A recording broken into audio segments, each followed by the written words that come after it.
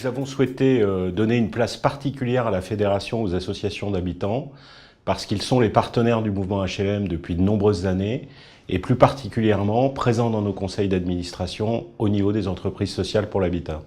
Nous avons été très heureux de constater lors de la première réunion que la totalité des associations de locataires avaient répondu présent à notre invitation et avaient le désir de travailler avec nous. Les relations avec les associations d'habitants ont toujours tenu une place particulière dans les travaux de la fédération.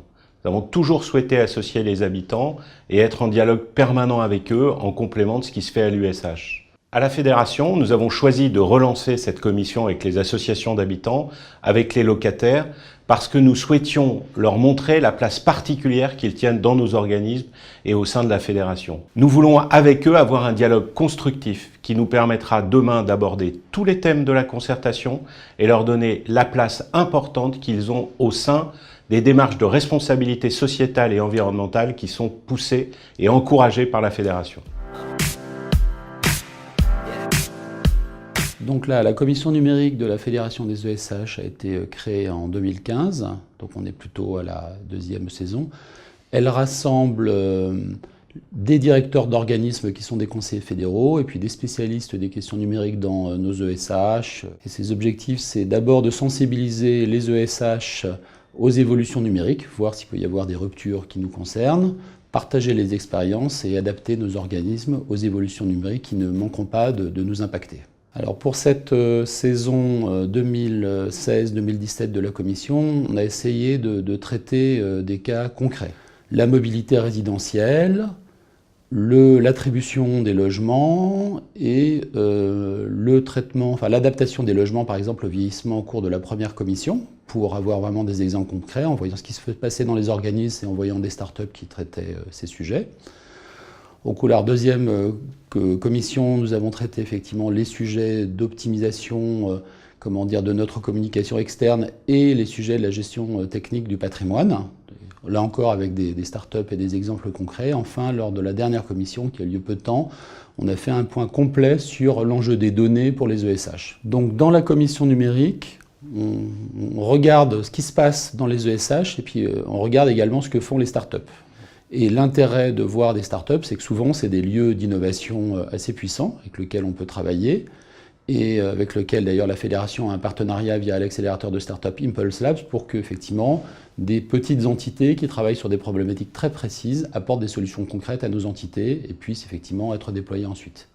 Au total, on a vu une cinquantaine de startups au cours de cette saison 2016-2017, sachant que l'objectif, c'est que ces startups, et c'est souvent le cas, travaillent également directement avec nos organismes.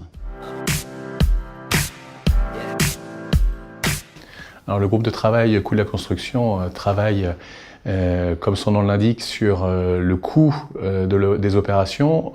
Il s'attache surtout au coût global, en intégrant le coût de construction et les coûts de maintenance, pour pouvoir être le plus économe possible. Il a un autre objectif, de travailler sur le procédé de construction-réalisation. Alors ce groupe de travail est composé de membres de la fédération. Le groupe de travail s'appuie notamment sur l'association Action Tank Entreprises et Pauvreté, qui va nous accompagner pour définir le coût global de l'opération dans l'intérêt de toutes les parties prenantes, et surtout des locataires, puisque le but, in fine, c'est de réduire la quittance.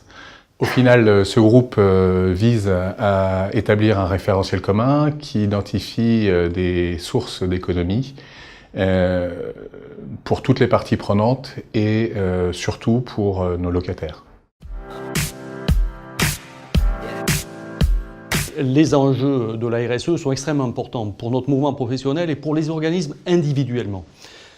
Mais je voudrais dire qu'il s'agit pour nous d'une chose assez naturelle, parce que la RSE relève en réalité de notre ADN. Nous intervenons sur le champ social, nous intervenons sur le champ humain, nous intervenons sur le champ environnemental, nous intervenons sur le vivre ensemble.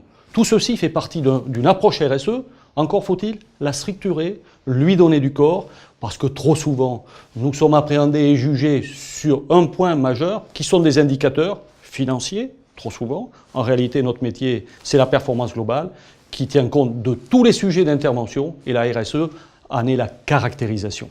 la Commission a pour but, de généraliser la RSE, de la faire partager et de donner un certain nombre d'outils aux organismes pour pouvoir la déployer, pour pouvoir la suivre et la piloter.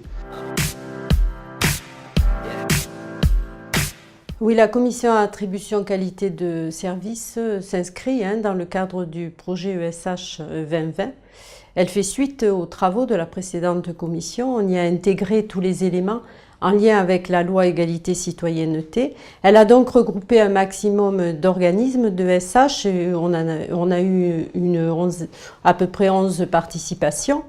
Et le principe est simple. À l'heure actuelle, il s'agit essentiellement, évidemment, de porter la contribution des ESH au niveau de la commission qualité et attribution mixité sociale de l'USH, mais également de répondre à l'interpellation auxquelles les organismes ont à faire face, à savoir actuellement quid des attributions, mais également plus globalement de la politique des loyers. Donc on essaie, on vise justement à porter cette contribution, mais également à équiper, à outiller les ESH, que ce soit à travers des outils clés en main, des livrables ou encore à travers un retour d'expérimentation et capitalisation d'outils qui existent sur les territoires. Et là, on retrouve notamment toute la problématique de l'accueil du demandeur, mais également tout ce qui tourne autour de la question des mutations, de la gestion des mutations. Évidemment, le tout en lien avec la convention d'utilité sociale. N'oublions pas que c'est un rendez-vous très fort pour les ESH et qui va y inclure la qualité de service. Dans la commission attribution qualité de service, il y a également le volet qualité de service. Et la commission s'est particulièrement intéressée à l'enquête qui a été lancée par l'Union des HLM, qui a démontré que une grande part des ESH étaient déjà engagés dans une démarche de qualité de service. Donc la Commission va désormais s'attacher, dans le cadre de la préparation des CUS 2017 début 2018, à veiller à bien intégrer l'obligation de s'engager dans une telle démarche et de voir quels sont les dispositifs à mettre en place au niveau fédéral pour accompagner les organismes pour s'engager dans cette démarche. J'aimerais, si vous le permettez, revenir en quelques mots sur l'action de notre fédération au sein des instances européennes. Une action que vous connaissez, et elle se traduit par plusieurs axes. Le premier d'entre eux, c'est la Commission Europe, avec une action sur des sujets de fond. Au-delà de ça, nous animons chaque année, vous le savez, une Université Europe. C'est l'occasion de faire un point sur les dossiers européens. Donc, la dernière université s'est tenue le 24 novembre dernier. Et nous avons sollicité le concours d'un universitaire, le professeur Bafoual, qui a présenté la mission qu'il conduisait pour notre compte. Nous avons pu aussi, à l'occasion de cette université européenne, revenir sur ces différentes actions au travers d'une publication qui vous a été adressée, qui est le fruit, bien sûr, des réflexions des membres de la Commission Europe, et puis aussi des présentations qui sont faites dans cette journée Europe.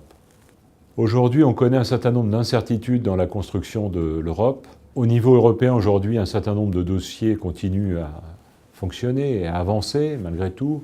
On a évidemment les questions qui concernent la directive efficacité énergétique, dont on trouve aujourd'hui des traductions très concrètes. Vous le savez sans doute, lors d'un procès qui mettait en cause la Fédération des organismes du logement social aux Pays-Bas, et les représentants des bailleurs privés dans le même pays, la question de la vision généraliste du logement social aux Pays-Bas a été mise en cause. Ce procès a connu plusieurs étapes. L'une d'elles, décisive, vient d'être franchie, c'est celle qui concernait la Cour de justice de l'Union européenne. Le 15 mars dernier, elle a rendu un arrêt qu'on peut qualifier d'assez décisif sur la régularité du modèle généraliste hollandais au regard du droit de la concurrence. Dans un horizon un peu incertain, il est bon d'avoir de bonnes nouvelles. Cette décision illustre, s'il en est besoin, qu'on peut aussi avoir de bonnes nouvelles sur les questions européennes. Faut-il que nos discussions portent sans cesse sur le temps de travail, sur les rémunérations? Ce sont des fondamentaux. Très bien, mais est-ce que nous pouvons partager aussi un idéal, c'est-à-dire la vocation, la mission de notre activité? Deuxièmement, prend-on suffisamment en compte les nouvelles générations montantes dans nos entreprises, ce qu'on appelle la génération Y? Celle-là même qui travaille sur le mode projet de manière transversale et dont, effectivement, honnêtement, le temps de travail n'est pas la donnée essentielle. Elle recherche autre chose au travers du travail, elle cherche à s'exprimer.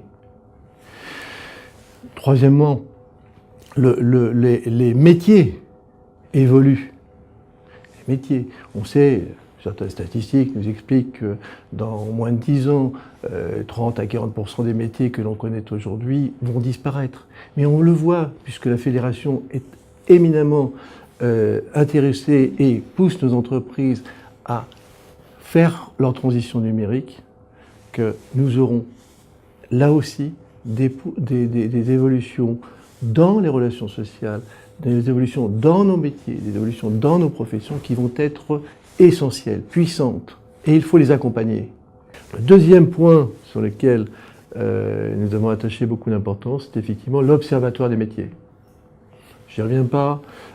Sur les 10 ans qui viennent, nous aurons des évolutions dans nos secteurs d'activité. Certains métiers vont disparaître, d'autres vont naître. Il faut que nous soyons sur cette question-là également toujours un petit peu, on va dire, en avance pour anticiper au travers du fonds paritaire de formation, au travers des informations que nous pouvons dispenser lorsque nous organisons des réunions avec nos DRH, par exemple, comme nous le faisons chaque année 1 à 2 fois. Eh bien, avec cet observatoire, nous saurons connaître, définir, préparer en quelque sorte l'avenir.